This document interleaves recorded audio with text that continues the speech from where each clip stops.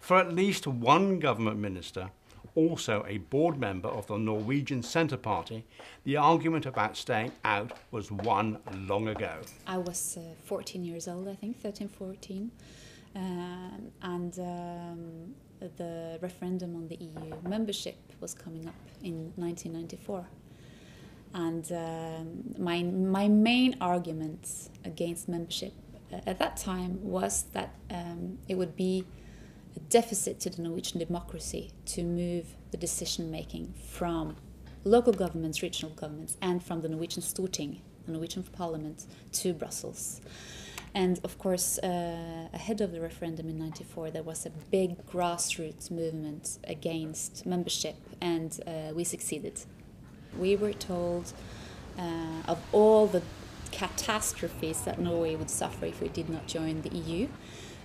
For instance, we were told that from the government, which was pro-membership, that we would lose 50,000 jobs almost overnight. Now, obviously, that has not happened.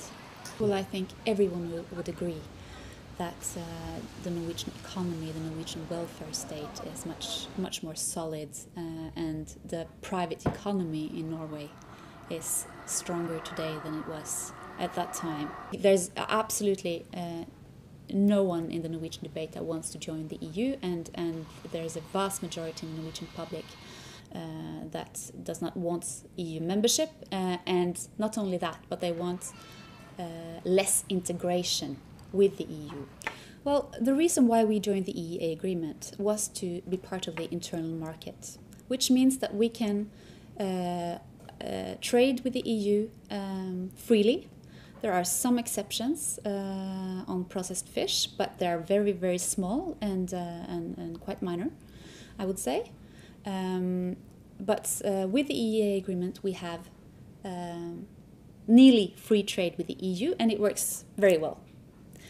In terms of influence or decisions, well, yes, we are not at the table when the voting takes place, but we are able to influence the directives at earlier stages. We have experts working in Brussels. We have dialogue. We take part in some of the committee meetings and hearings, and we feel we have a very good dialogue with the EU, and we are able to influence directives that are important for Norway.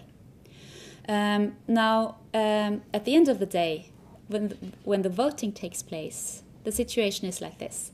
Norway has the right to veto. If a directive is not suitable for us, if it is too controversial, we can say no. While in the EU, the countries are subject to a majority vote. So I would say that we are better off. Amazing, isn't it? Really.